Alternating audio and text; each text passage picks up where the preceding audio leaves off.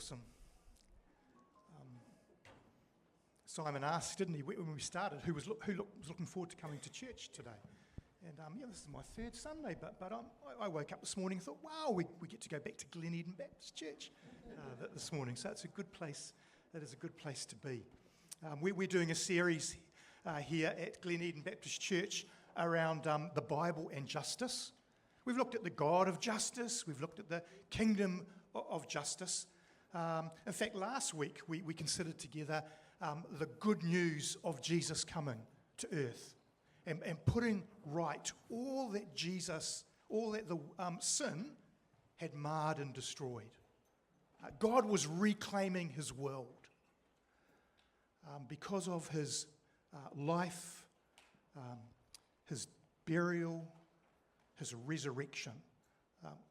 Peace and salvation was able to come to all that was created. And before we introduce the panel, I'd love us just to briefly look at this passage here. It's well known, but the Apostle Paul explains very carefully how he understands the life and ministry of Jesus. The Son is the image of the invisible God, the firstborn over all creation. For in him all things were created, things in heaven and on earth, visible and invisible. Whether thrones or powers or rulers or authorities, all things have been created through him and for him. He is before all things, and in him all things hold together. And he is the head of the body, the church. He is the beginning and the firstborn from among the dead, so that in everything he might have the supremacy. For God was pleased to have all his fullness dwell in him, and through him to reconcile to himself all things, whether things on earth or things in heaven, by making peace through his blood shed on the cross. That's an amazing part of Scripture, isn't it? Notice there in verse 20 how Jesus is described as the reconciler of everything. The one who puts everything right. Everything, it says, everything. All things, whether things on earth or in heaven. He reconciles. He puts right our relationship with God. So we are forgiven and we are restored. He reconciles our relationships with one another. No more conflict. No more exclusion. No more oppression. Jesus reconciles the world itself. Sin-damaged creation will be renewed. And as we've seen over the last couple of weeks, his reconciling work, it challenges unjust systems and structures. It's putting them right. The word restoration was used this morning. And we see it here in such a beautiful way. We've just seen it. He's establishing communities that are marked out by love and righteousness and peace. We could go on and on, as the verse here says. The good news impacts everything. And so we shouldn't be surprised when we come to this morning. And we're going to talk together about how followers of Jesus, the church, the people of God, how we have been commanded to share and to embody this good news of the kingdom in the way we live and in the things that we say. And I guess like King Jesus, we are particularly asked to do that among the hurting, the weak, and the poor. You know, when Jesus sent out his disciples for the first time, he said to them, "Tell everyone about the kingdom of God and heal the sick. And a little bit later on, he sends out 72. And what does he say to them? The kingdom of God is near. Heal the sick.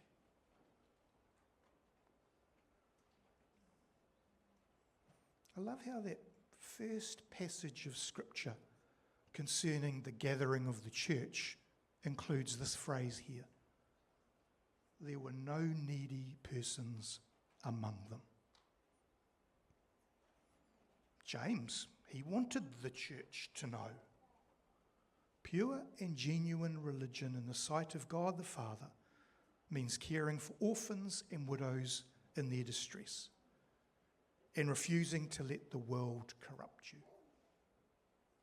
And he went on to say, what good is it, dear brothers and sisters, if you say you have faith, but you don't show it by your actions? Can that kind of faith save anyone? Suppose you see a brother or sister who has no food or clothing, and you say goodbye and have a good day, stay warm and eat well, but then you don't give that person any food or clothing.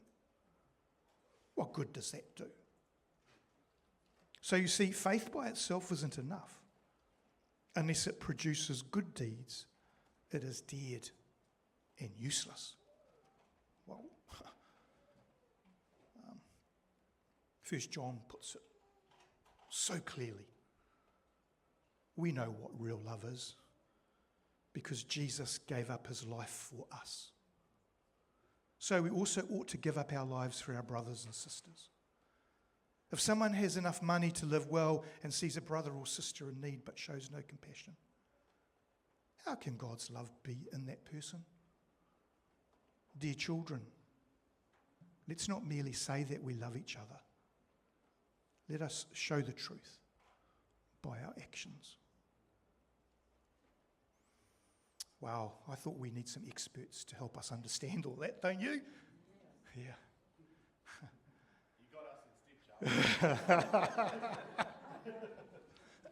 Now, a lot of people in this room will know you, but there'll be people here who don't. So I reckon it would be really nice for you to perhaps just introduce yourselves first and how you're connected to this place. Elschen, got Matua Fred here and Shannon.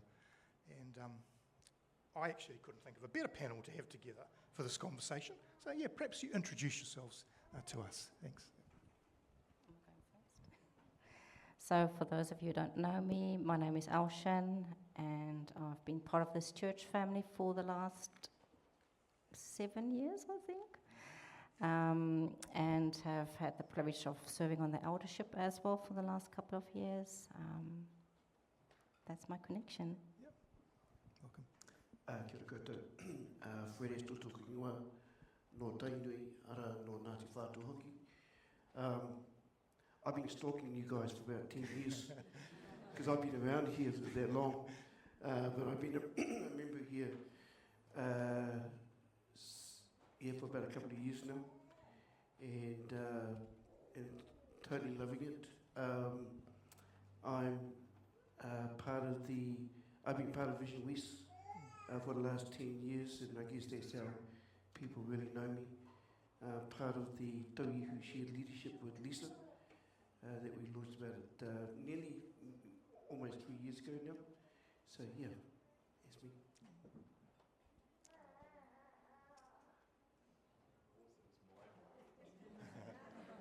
you not want to hear me, mate? Just hold up the sign, mate. Get off the stage. I'm Shannon. The associate pastor here. Been here 5 and a bit years now.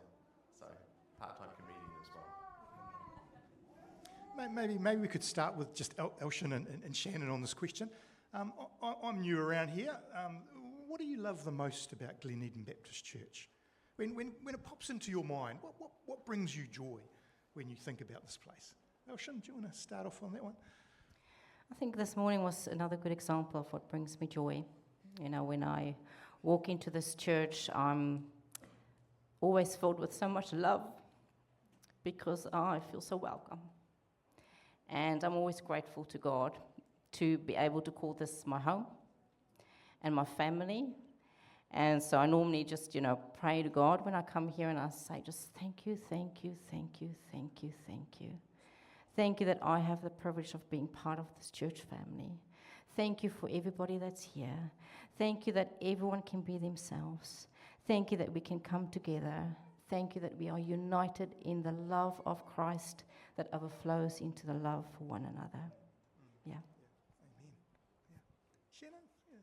You asked me to keep this short, Charles, so I can't talk about the staff team because that's actually the number one answer. But Awesome. what I love here is that when God places something on the heart of people in the congregation, that leadership doesn't stand in the way. When a group of people came and said, Gary, we want to put on a community lunch.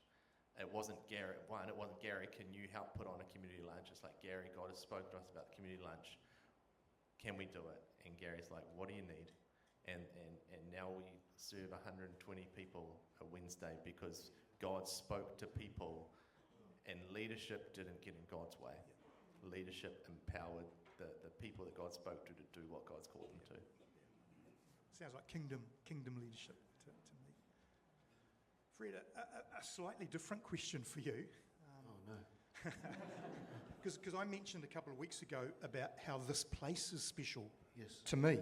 Yes. I talked about how we had a couple of very sick, very disabled kids, Yes. and they were welcomed into the kindergarten. Yeah. In fact, with our daughter, sharing that we actually had our daughter's funeral in this church. So this place, so for us coming back here, is very special. And I imagine we're not the only ones. I imagine, hey, in this room there'll be lots of people. This place has become special. Can you unpack that a little bit for us? The whenua is really important to you. And so what does that mean for, when we understand this place? Yeah, I have to go back to when we actually visited. We were up at Waitangi last year for the National Māori Housing Conference. And because I can speak te reo, I was listening to all these kōrero on the marae and throughout the conference. And what really stunned me, really, and I've been up there so many times, but what really stunned me about the correlation between what I heard there to what I experienced here is that there's no other place that you can get that Waitangi story but there. You can't replicate it, you can't duplicate it, you can't even try and plant it somewhere else in New Zealand. You can only get it there. And what stunned me was a reminder of the prophetic intention of the whenua, is that when it's assigned by God for His purpose, then something very, very radical shifts. I immediately thought about 97 Glendale Road or 95 or whatever, and I immediately understood the prophetic intention of this whenua. And that's where it shifted for me, because my answer to the first question, what I think about GEBC, your greatest gift has been the prophetic shift. And it's not the prophetic words that you hear on a Sunday. It's actually what happened 30 plus years ago when you were bold and courageous enough to reach the community. And then birthed out of that came Vision West. That to me is the assignment of God on this whenua. You cannot replicate the GEBC and the Vision West story anywhere else in New Zealand. You can try, but it won't work. And primarily because the whenua is already, the young man talked about the sowing of the seed. God sowed this whenua for this purpose. So there are other questions we have to ask ourselves, is what legacy do we want to leave behind for the generations to come? And so how are we the good caretakers of that prophetic shift? And I think that's the reason why I'm here, is because that's what introduced me to GEBC through Vision West and the mission. And I see that through the kapua, I see that through the youth ministries, I see that through the community chaplaincies, and how we do that together. But yeah, seeing that every week at Te Kapu is a blessing. Maybe we could reflect on that for a while. Maybe we could start with you, Shannon. Where have you seen the faith community here engage in a justice issue, and you've thought, that's great? This is tricky, Charles, because there's so many, because it happens every day. People are always coming in our doors. Staff are always interacting. Staff are always pointing and helping. It's in the DNA of this place. It is. I do have a story.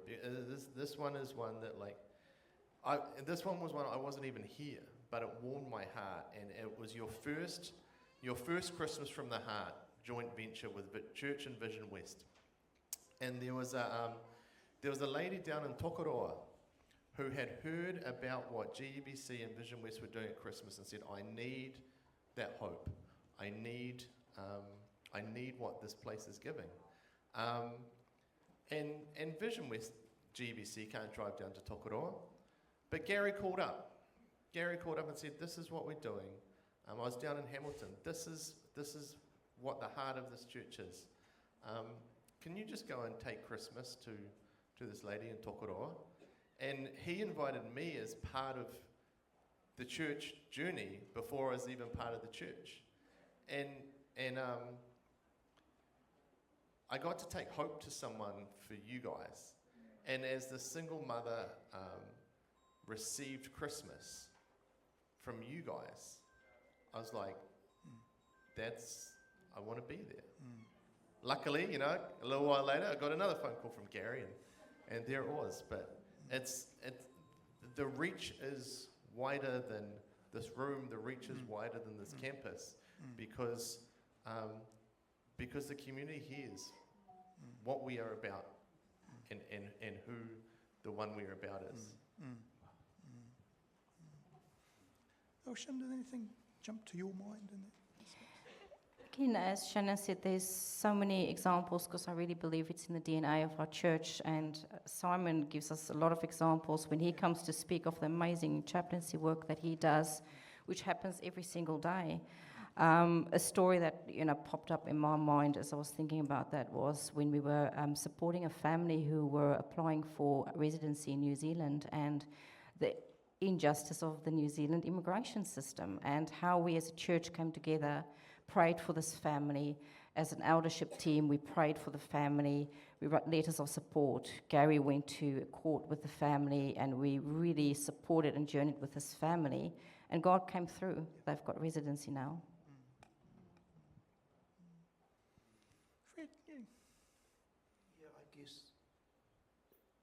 Yeah, I guess for me, it had to come back to my previous answer. Your most significant gift of justice to our communities have been Vision West, and it has grown to the point where it has many other avenues that it takes the gospel of God's justice. And so right now you've got communities around New Zealand who are experiencing that blessing. Is because you had the heart, and you still have the heart, to reach the communities around us. So I do go back to that justice legacy, to be fair, because it has given us untold opportunities. And I guess if anything, one way of looking at it is Vision West is the ambulance at the bottom of the cliff. And it has to be at the bottom of the cliff to me, whether it's with disabilities or homelessness or mental health and addictions or domestic abuse or even suicide. It has to be at the bottom of the cliff. Justice, however, is at the top of the cliff. It creates roads that those whānau don't have to go to the cliff. And that's what justice does. It works in the corridors where it needs to work, to making sure there are roads that steers away from the cliff. So I don't think we could ever be out of a job, but GBC, your greatest legacy is on your back doorstep and also in the corridors of government, and that's who we are. Because doing justice is not always easier. It's hard, and there's so much to celebrate in this community.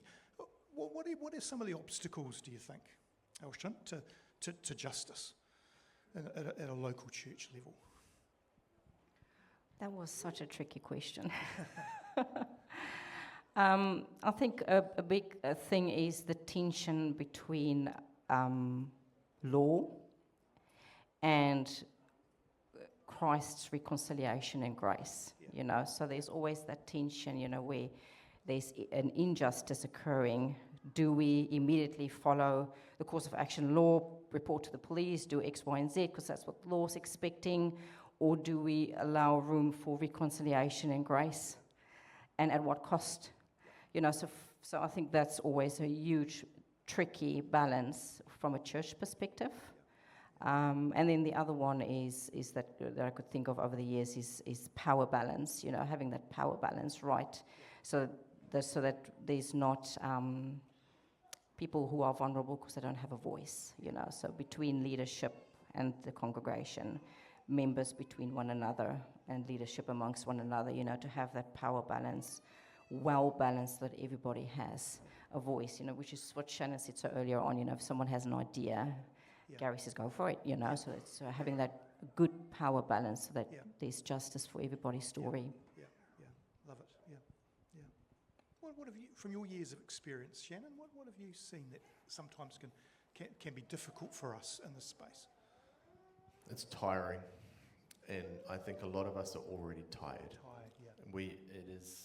Life is hard, and then adding more just seems overwhelming for people, and I already have a job, and I already have a family, and and there's just no time, and I think that's a reality of society today. There's still 168 hours in a week for everyone, just like there was 40 years ago, but society has shifted. But I think that's the chance of the church, because I don't have the skill set. Fred doesn't have the skill set, but someone in the congregation has that skill set. We cannot take on injustice alone, but we can begin to take on injustice together. Because my 4 minutes that I have spare in my week, if everyone had 4 minutes, that's a couple of hours this week, and having the right people in the right spots, knowing the right thing. But we're busy people, and so when we need to get busy to fight injustice, let's get busy efficiently. And I guess that's where the spiritual disciplines become really important, and this idea of Sabbath. What a good idea. Yeah. Fred, what are you thinking? Justice isn't easy. It was never meant to be easy, because it costs. Justice costs. It always costs. You mentioned earlier about the reconciliation ministry. Justice reconciles people to roads that were meant to be built for them, so that they don't end up over the cliff. It costs, but justice rewards too, if we're prepared to pay the cost in the same way that the cross reminds us of. And probably more than anything, justice leadership, for example, kills the status quo. It doesn't allow you to be comfortable if you're willing to be in it. The status quo actually kills growth. And that's been our, so if you imagine if the only thing we had to talk about in Vision West was a whānau centre and nothing else, then I'm not doing my job. Because justice is about understanding the more of those needs that come through our front doors. And now we have a suite of services. So it requires sacrifice for sure.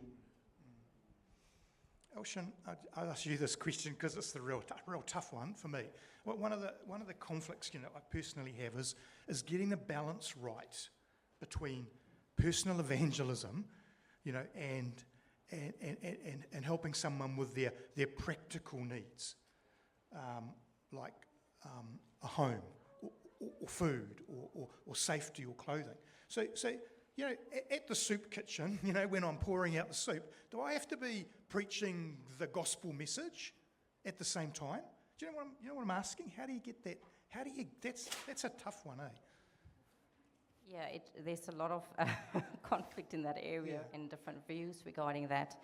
But I think what I've found in my own journey works, and what really works very well at the couple, and we're seeing the fruits of that, is 3 things that I wrote down because I was scared I was going to forget them. The first one is, when you approach anyone, you do not assume anything about the person you're talking to. The second thing is, be willing to share of yourself first, meaning your own hardships, not that I've got it all together. Do you want to learn how to get it all together? That's not being kind, and that's having your own agenda.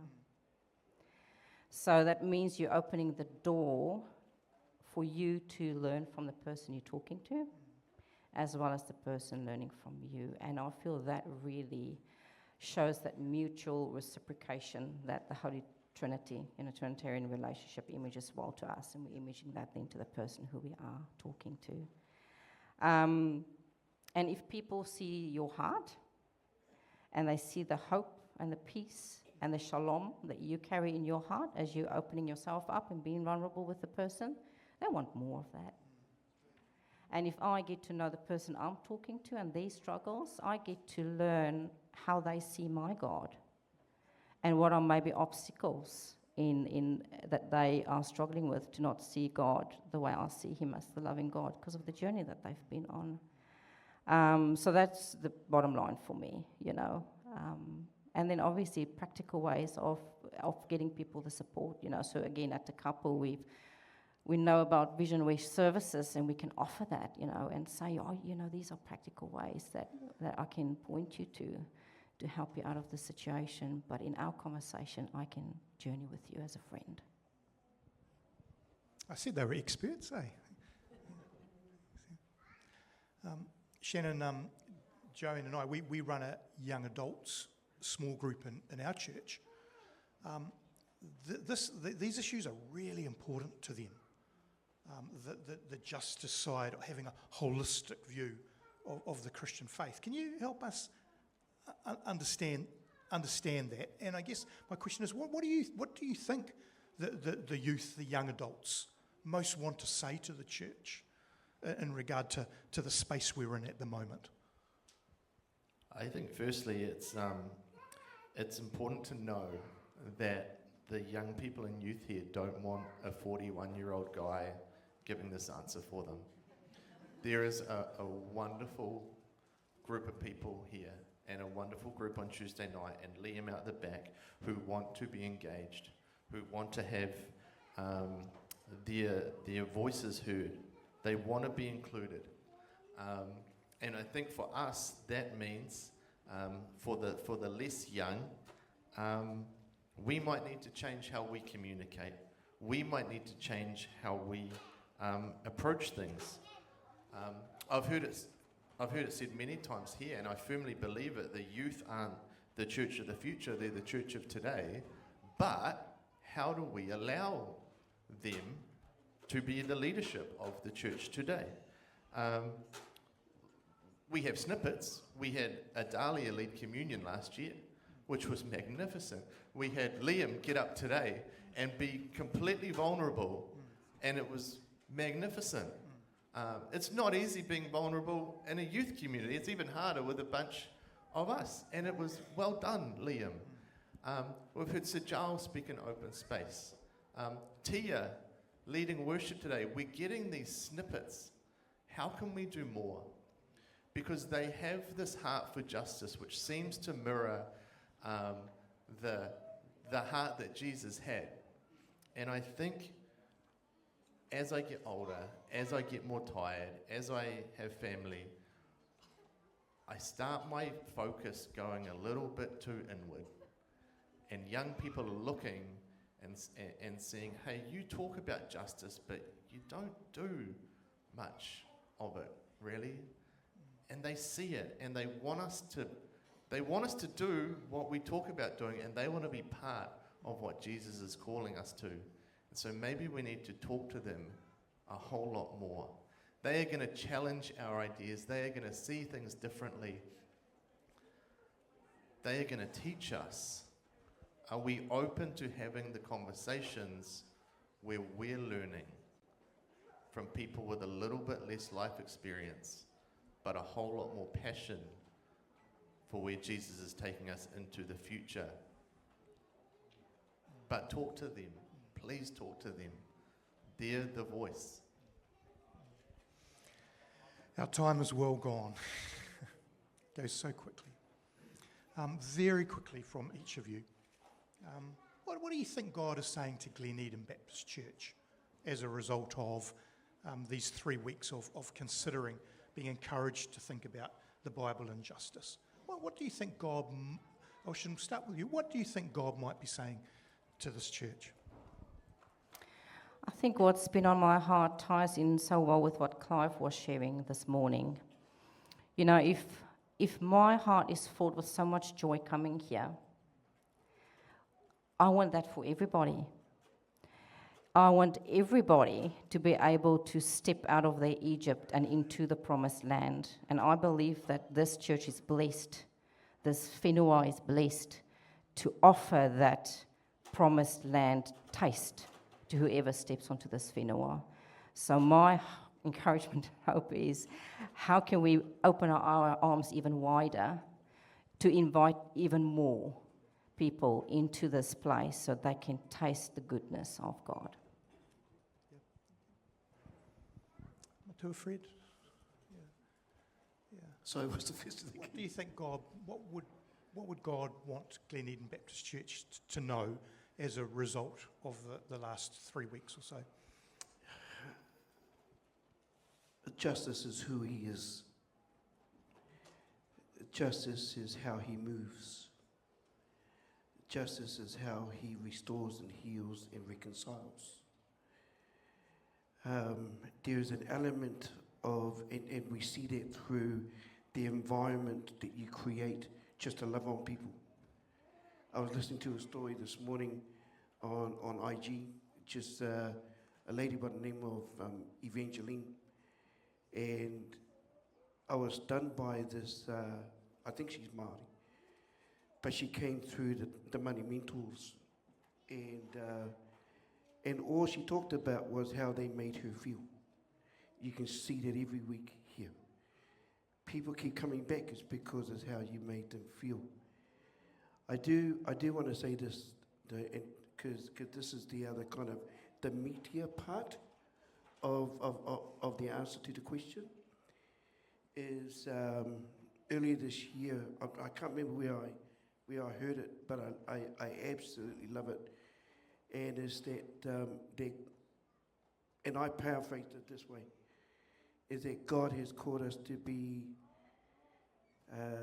serious people who provide serious solutions for the serious issues that are here. And I love that. I love the cost of that. And I love the challenge, because now I'm curious, God, what more can I do then? Because I'm serious. Yeah. Shannon? Yeah, I think like the verses that you shared at the start show that justice isn't an optional extra for us. Justice has to be at the heart of who we are. Justice isn't a trend or a political idea, it's a reflection of God's character. And when we look to Christ, when we look to him we see justice and mercy meet perfectly. And at the cross, sin is not ignored. Justice is at the cross. But sinners weren't abandoned. They were met with mercy, and justice and mercy needs to be who we are. So when we seek justice in our world, in our relationships, in our workplaces, in our church, we're not just doing good things. We are getting more aligned with the heart of God. You know, Isaiah 1, sorry to start preaching on you, you know, but pastor. Isaiah 1 says, learn to do what is right. Seek justice. Defend the oppressed. Take up the cause of the fatherless. Plead the case of the widow. Learn to do what is right. Are we a church that is happy to learn or relearn or be re-educated? Some of us may need to learn for the first time. But let's make a commitment as a community to be a church of justice and mercy, because that's found at the cross of Christ. Thank you. Let's show our appreciation.